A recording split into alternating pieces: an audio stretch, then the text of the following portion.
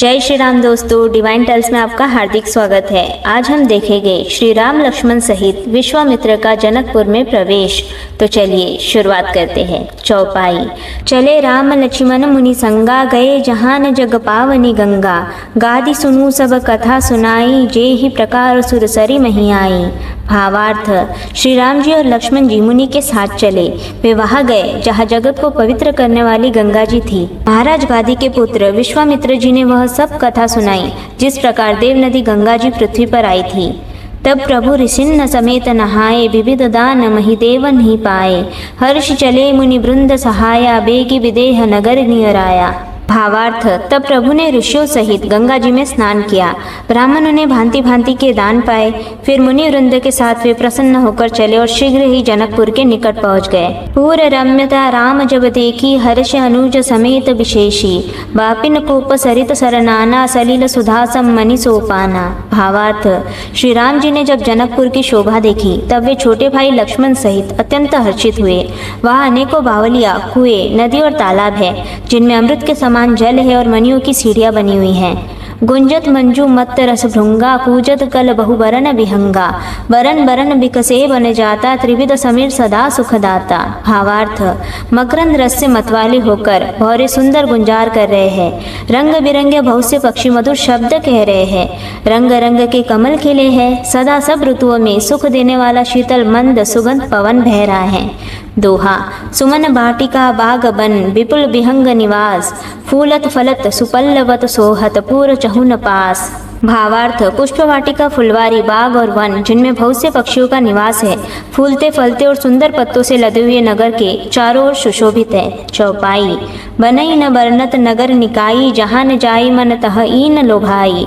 चारु बजारु विचित्र अंबारी, मणिमय विधि जनु स्वकर संवारी। भावार्थ, नगर की सुंदरता का वर्णन करते नहीं बनता। मन जहाँ जाता है वही लुभा जाता है, रम जाता है। सुंदर बाजार है, मणियों से बने हुए विचित्र छज्जे हैं, मानो ब्रह्मा ने उन्हें अपने हाथों से बनाया है। धनिक बनिक बर धनद समाना, बैठे सकल वस्तु लय नाना। चौहट सुंदर गलिन सुहाई, संतत रहीन सुगंध सिंचाई। भावार्थ, कुबेर के समान श्रेष्ठ धनी व्यापारी सब प्रकार की अनेक वस्तुएं लेकर दुकानों में बैठे हैं। सुंदर चौराहे और सुहावनी गलियां सदा सुगंध से सिंची रहती है। मंगलमय मंदिर सब केरिन, चित्रित जनु रतिनाथ चितेरिन। पूर्ण नर नारी सुभग सुचि संता, धर्मशील ज्ञानी गुणवंता। भावार्थ, सबके घर मंगलमय हैं और उन पर चित्र कढ़े हुए हैं, जिन्हें मानो कामदेव रूपी चित्रकार ने अंकित किया है। नगर के सभी स्त्री पुरुष सुंदर, पवित्र, साधु स्वभाव वाले, धर्मात्मा, ज्ञानी और गुणवान हैं।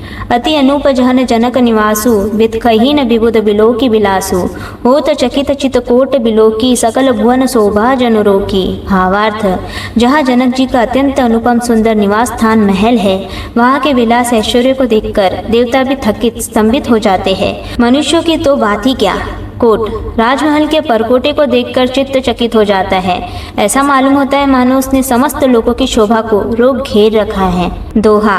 धवल धाम मणि पुरट पट, सुघटित नाना भांति।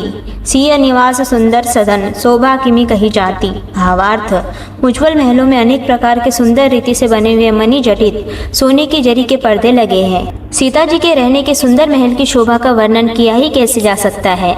चौपाई।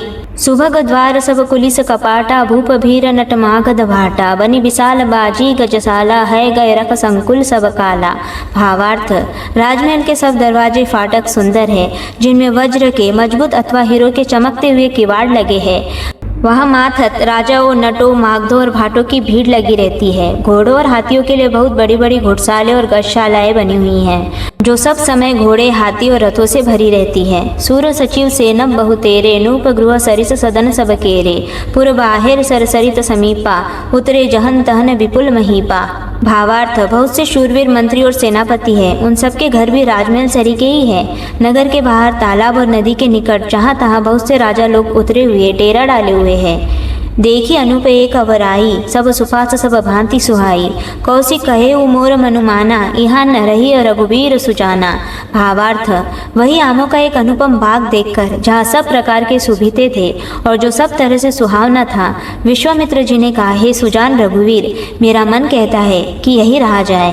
भले ही नाथ कही कृपा निकेता, उतरे तहन मुनि वृंद समेता, विश्वामित्र महामुनि आए, समाचार मिथिलापति पाए। भावार्थ, कृपा के धाम श्री रामचंद्र जी बहुत अच्छा स्वामिन कहकर वही मुनियों के समूह के साथ ठहर गए। मिथिलापति जनक जी ने जब यह समाचार पाया कि महामुनि विश्वामित्र आए हैं, दोहा संग सचिव सुचि भूरि भट भुसूर बर गुर ज्ञाति, चले मिलन मुनिनाय कही मुदित राउ एहि भांति। भावार्थ, तब उन्होंने पवित्र हृदय के ईमानदार स्वामी भक्त मंत्री बहुत से योद्धा, श्रेष्ठ ब्राह्मण, गुरु शतानंद और अपनी जाति के श्रेष्ठ लोगों को साथ लिया और इस प्रकार प्रसन्नता के साथ राजा मुनियों के स्वामी विश्वामित्र जी से मिलने चले। चौपाई। किन्ह प्रणाम चरण धरि माथा, दिन्हि असीस मुदित मुनिनाथा, विप्र वृंद सब सादर बंदे, जानि भाग्य बड़ राउ आनंदे। भावार्थ, राजा ने मुनि के चरणों पर मस्तक रखकर प्रणाम किया। मुनियों के स्वामी विश्वामित्र जी ने प्रसन्न होकर आशीर्वाद दिया। फिर सारी ब्राह्मण मंडली को आदर सहित प्रणाम किया और अपना बड़ा भाग जानकर राजा आनंदित हुए। कुशल प्रश्न कही बारहिन बारा, विश्वामित्र नुपही बैठारा, ते ही अवसर आए दो भाई, गए रहे देखन फुलवाई। भावार्थ, बार बार कुशल प्रश्न करके विश्वामित्र जी ने राजा को बैठाया। उसी समय दोनों भाई आ पहुंचे जो फुलवाड़ी देखने गए थे। श्याम गौर मृदु वयस किशोरा, लोचन सुखद विश्वचित चोरा, उठे सकल जब रघुपति आए, विश्वामित्र निकट बैठाए। भावार्थ, सुकुमार किशोर अवस्था वाले श्याम और गौर वर्ण के दोनों कुमार नेत्रों को सुख देने वाले और सारे विश्व के चित्त को चुराने वाले हैं। जब रघुनाथ जी आए तब सभी उनके रूप एवं तेज से प्रभावित होकर उठकर खड़े हो गए। विश्वामित्र जी ने उनको अपने पास बैठा लिया। भय सब सुखी देखी दो भ्राता, बारी विलोचन पुलकित गाता, मूर्ति मधुर मनोहर देखी, भयो विधेयु विदेहु विशेषी। भावार्थ, दोनों भाइयों को देखकर सभी सुखी हुए, सबके नेत्रों में जल भर आया, आनंद और प्रेम के आंसू उमड़ पड़े और शरीर रोमांचित हो उठे। राम जी की मधुर मनोहर मूर्ति को देखकर विदेह जनक विशेष रूप से विदेह देह की सुधबुद्ध से रहित हो गए। राम भक्तों, यहाँ पर हम विश्राम लेते हैं। जल्दी मिलते हैं आपसे अगली वीडियो में, लेकिन इससे पहले अगर आपको ये वीडियो अच्छी लगी हो तो वीडियो को लाइक और शेयर जरूर कीजिए। हमारे साथ इस पावन सफर में बने रहने के लिए चैनल को सब्सक्राइब करना ना भूलें। जय श्री राम।